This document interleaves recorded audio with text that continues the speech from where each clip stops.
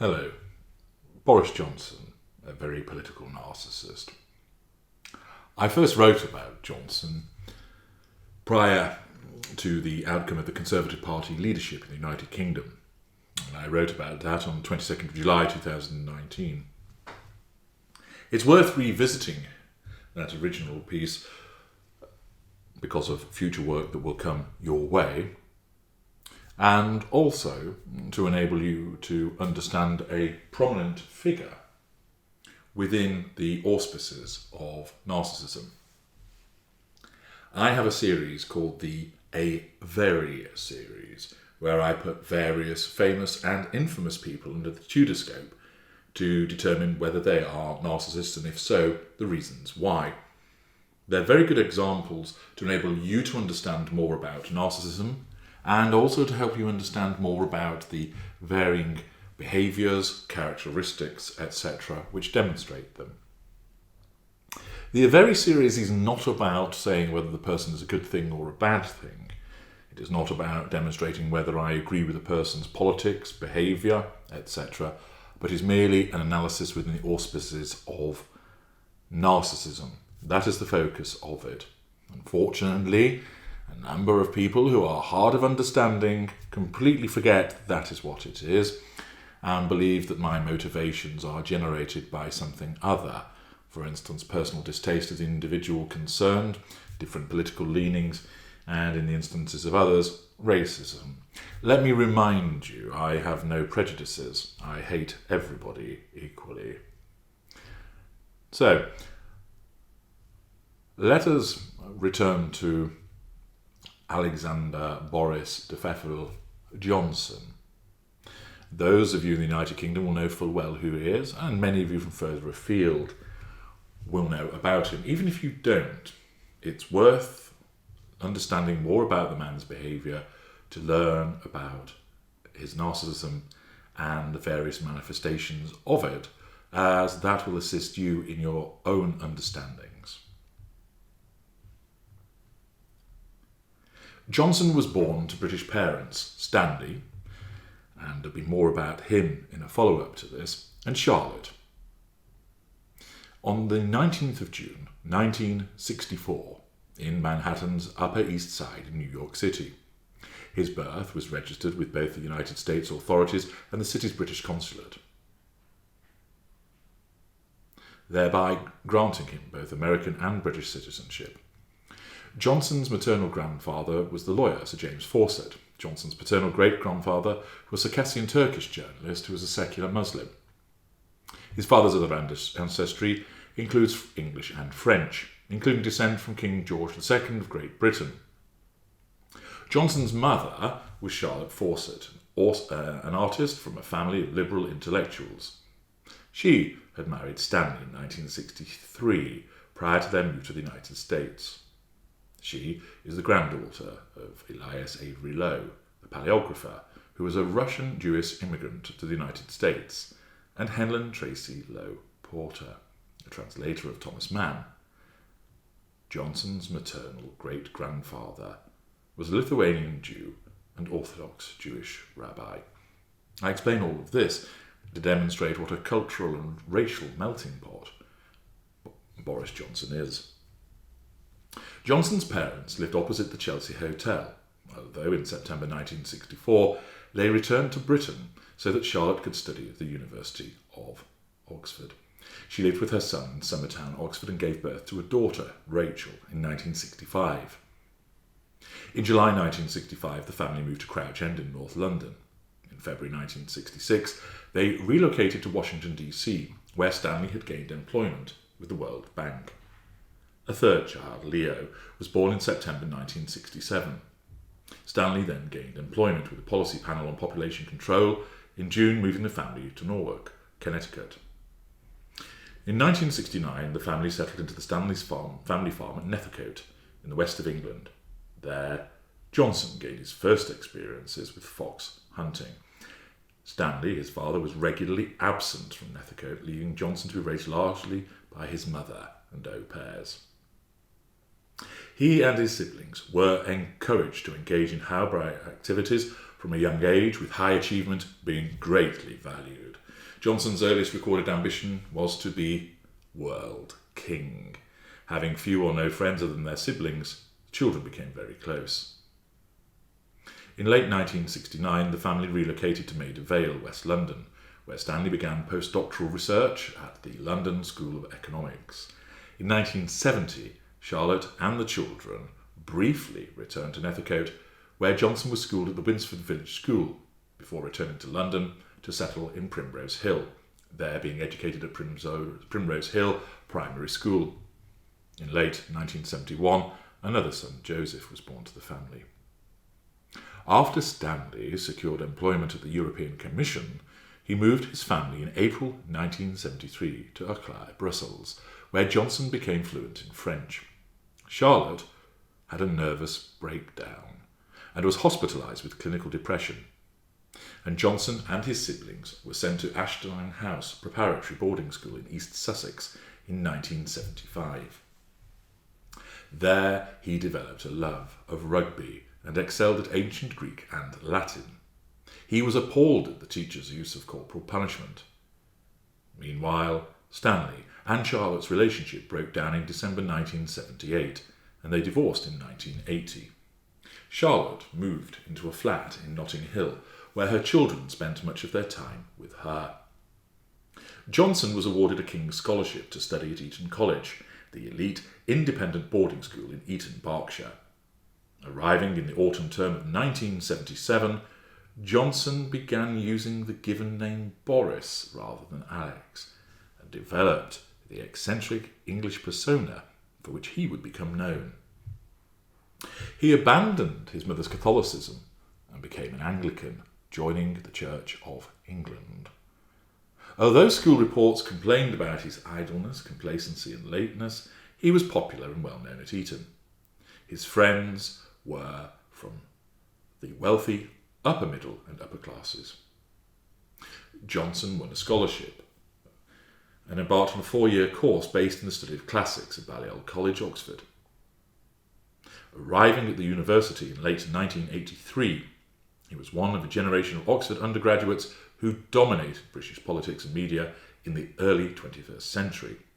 Among them, senior Conservative Party members David Cameron, William Hague, Michael Gove, Jeremy Hunt, and Nick Bowles. Accordingly, Mr. Johnson's formative years were set amongst frequent changes of home and country, a privileged upbringing in terms of home and schooling, an absent father, divorced parents, caring provided by au pairs, an unwell mother, the setting of high achievements which were expected to be attained, and the early stated ambition of world king. Some noteworthy ingredients there. The elasticated truth. Mr. Johnson has had an interesting relationship with the truth throughout his journalistic and political career. Johnson himself once stated that his mistakes are too numerous to list in full, so for the sake of brevity, a handful have been identified here. Number 1, the Times sacking. Boris Johnson was sacked from his job as a graduate trainee at the Times newspaper over allegations that he fabricated a quote from his godfather, the historian Colin Lucas, for a front-page article about the discovery of Edward II's Rose Palace. The trouble was that somewhere in my copy I managed to attribute to Colin the view that Edward II and Piers Gaveston would have been cavorting together in the Rose Palace, Johnson claimed. Alas, Gaveston was executed 13 years before the palace was built. It was very nasty, Mr. Johnson added, before attempting to downplay it as nothing more than a schoolboy blunder. Johnson, when interviewed by the Independent newspaper, stated, "I think my biggest cock-up, though, was when I first joined the Times and discovered that the site of Edward II's Rose Palace had been found on the banks of the Thames. It was a world exclusive. But I needed to find out more about Edward II. All I knew about him was that he had a catamite, Piers Gaveston, and that he was murdered in a castle. I was desperate to get hold of a historian who could help me, but the only one I knew was my godfather, Colin Lucas, a very distinguished man who is now Vice-Chancellor of Oxford University. He was actually an expert on the French Revolution, not medieval England, but I rang him and he obligingly gave me some quotes about Edward II. The trouble was that somewhere in my copy I managed to attribute to Colin the view that Edward II and Piers Gaveston would have been cavorting together in the Rose Palace. Unfortunately, some Linkside Don at a provincial university spotted that by the time the Rose Palace was built, Piers Gaveston would long have been murdered. It was very nasty. Colin hadn't quite said that, and now his academic reputation was on the line. It was extremely difficult, and I had absolutely no idea what to do. I was 23, overcome with guilt and shame that his error, this howler of mine attributed to Colin, had crept onto the front page of the Times, which was holy territory for me. So I made matters worse. I wrote a further story saying that the mystery had deepened about the date of the castle. Note how telling a lie was downplayed to cock-up and a howler, the rejection of accountability. This howler saw Johnson sacked from his second job. He resigned from his first after just a week, also evidencing a lack of accountability. There we see lie and deflection. Number 2, the Daily Telegraph. After leaving the Times, Mr. Johnson moved to the Daily Telegraph, working as the publication's Brussels correspondent between 1989 and 1994. His articles, like those in several other Eurosceptic newspapers, contained many of the claims widely described as Euro-myths, including plans to introduce same-size Euro coffins, establish a banana police force to regulate the shape of the curvy yellow fruit, and ban prawn cocktail crisps. When questioned about them in Parliament, he denied suggestions they were a figment of his imagination. There is a great deal of effort being made to deprecate those who think we should leave the EU, and everything we say somehow mythical, he replied. Lie, grandiosity, blame shifting. Number 3, insulting the people of Liverpool. Mr. Johnson became the editor of The Spectator in 1999, after telling owner Conrad Black, who was later convicted of fraud, that he would not pursue a political career. This promise was broken in 2001 when he won election as Conservative MP for Henley in Oxfordshire.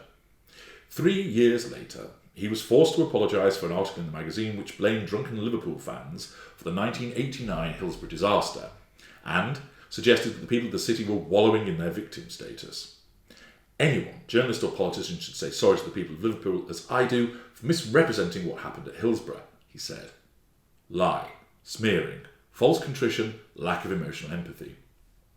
Number 4, lying about extramarital affairs. Michael Howard gave Boris Johnson 2 new jobs after becoming leader of the Conservatives in 2003, party vice chairman and shadow arts minister. He was sacked from both positions in November 2004 after assuring Mr. Howard that tabloid reports of his affair with Spectator columnist Petronella Wyatt were false and an inverted pyramid of piffle. When the story was found to be true, he refused to resign. Thus, he had to be sacked. Lie, infidelity, haughtiness, sense of entitlement. Number 5, Mayoral lies. Mr. Johnson's fondness for fallacy continued as London Mayor, having been elected to this position in 2008. Having promised in his 2008 manifesto to ensure there would be manned ticket officers at every station, he agreed to widespread closures to pay for a 24-hour tube. He promised to eradicate rough sleeping by 2012, only for it to double during his leadership.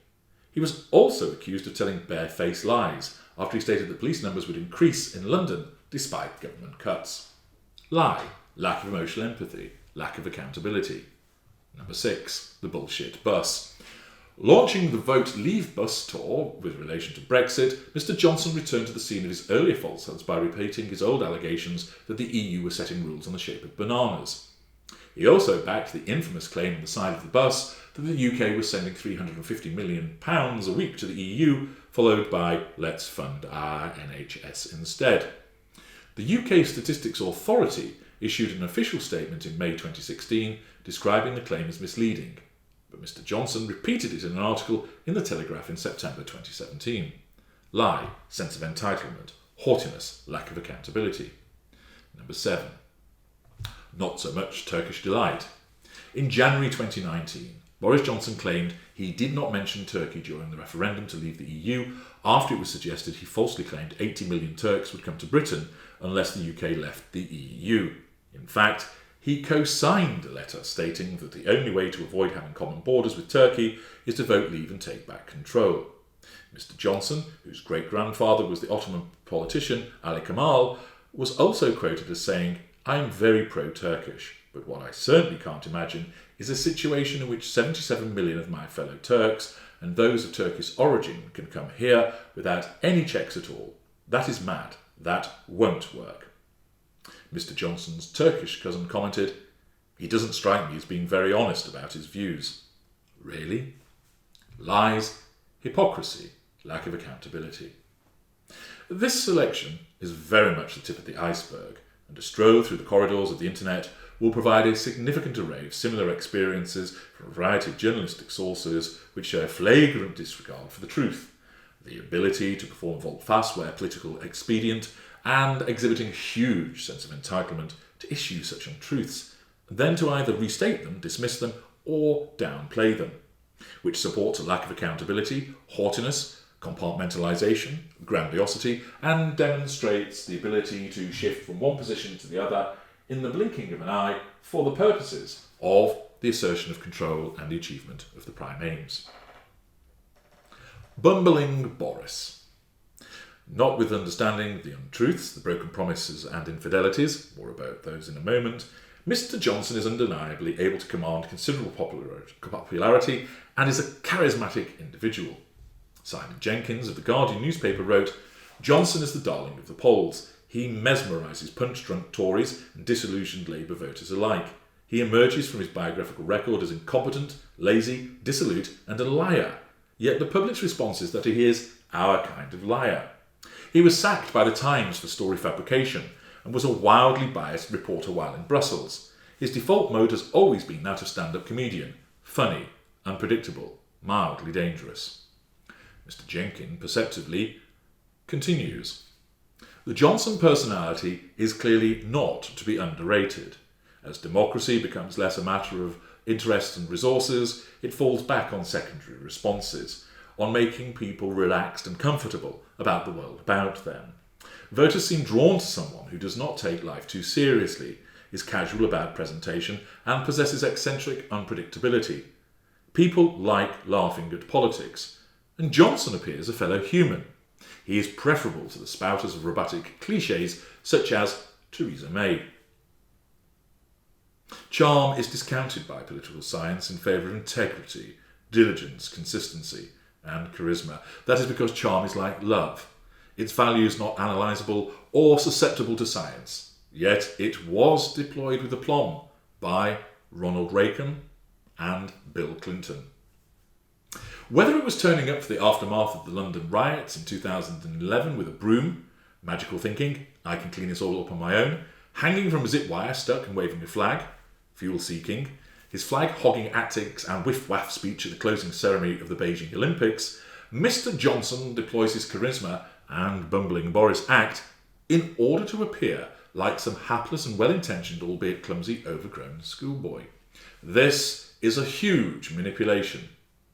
It deflects from his many failings. It shows his grandiosity, his arrogance, and his lack of accountability. In effect, oh shucks, what can I say? Big grin. Take a look at this list of vanity projects from when he was Mayor of London. His Thames cable car, his Stratford Helter-Skelter, London's Eiffel Tower, his rear entry buses with rear entry locked, his water cannon that may not fire, his unnecessary super sewer, and wildly over-engineered crossrail, all of them wasted staggering sums of money.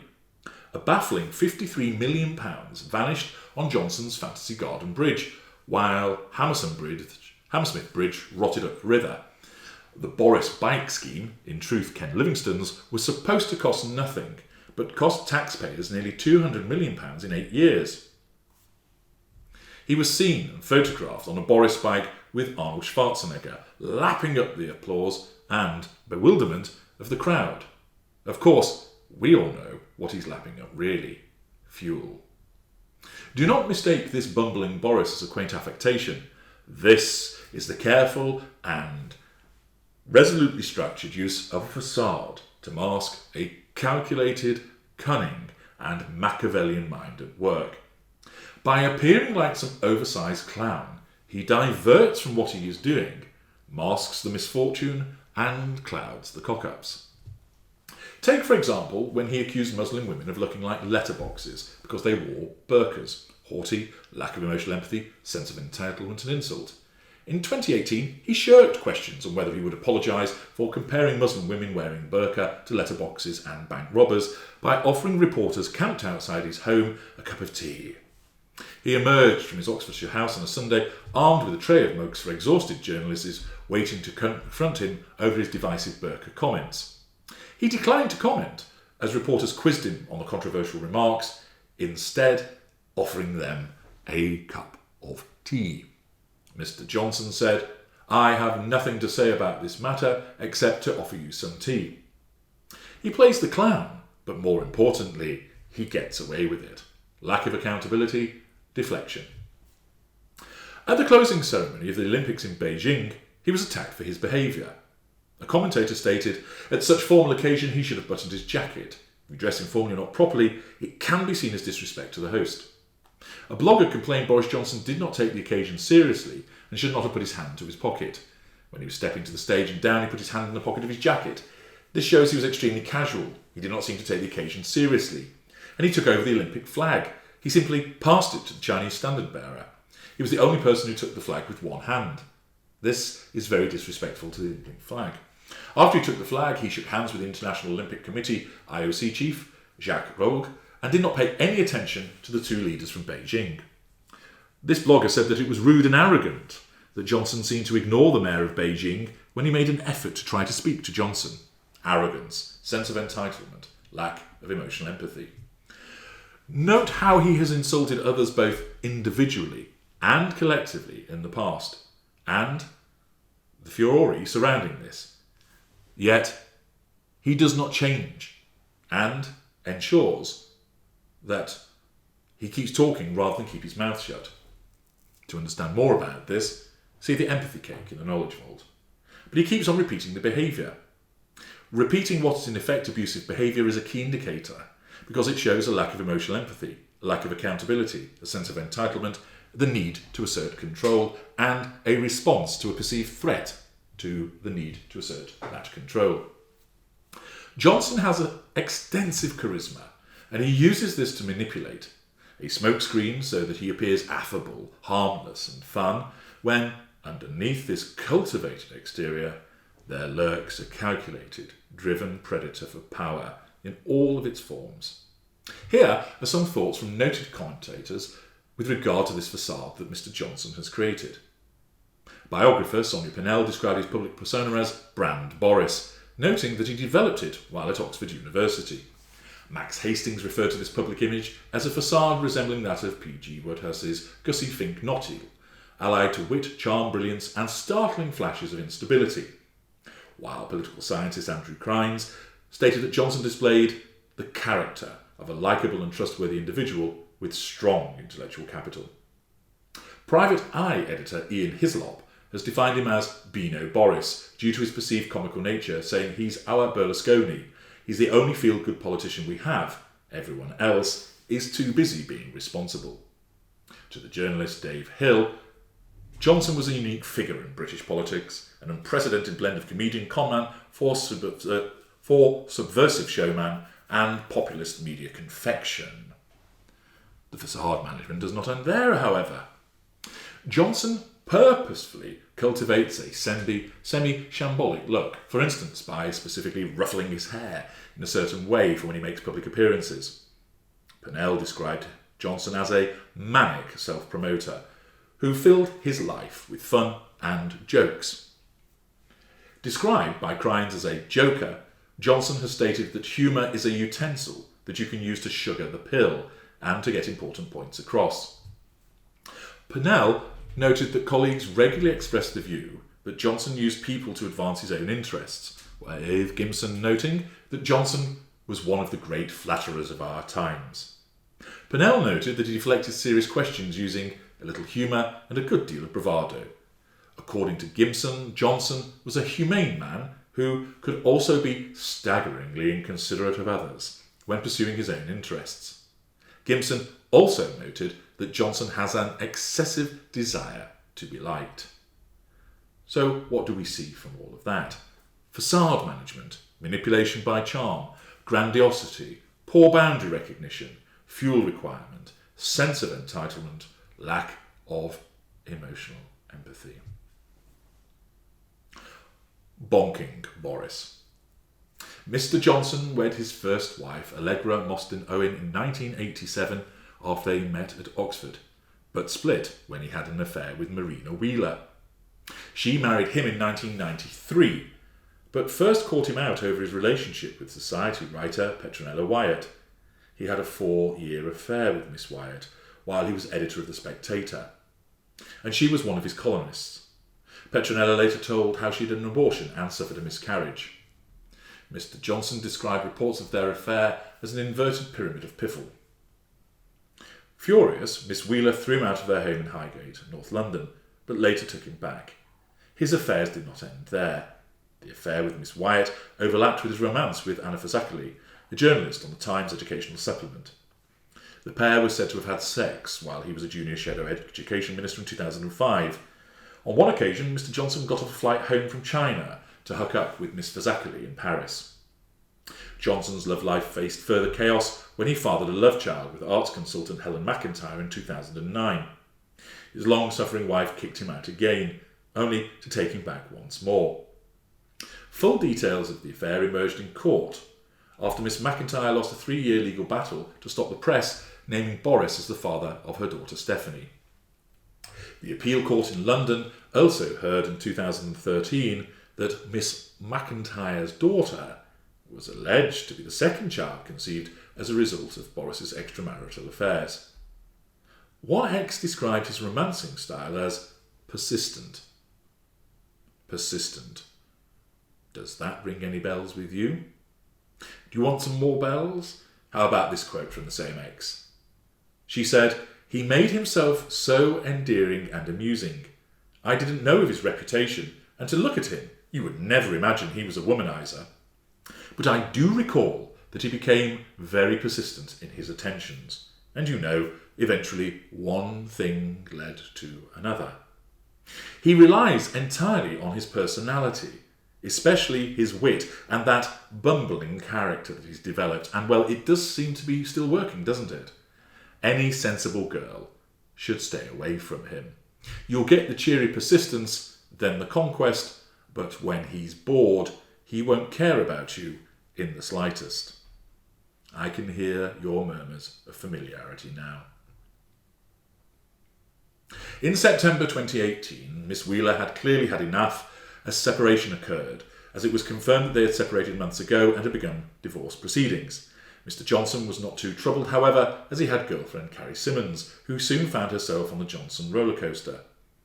Last month, police were called to the home of Mr. Johnson and his partner Carrie Simmons after receiving reports of a domestic incident involving screaming and banging. A neighbour dialed 999 after hearing a loud and prolonged altercation shortly after midnight. This occurred in June 2019.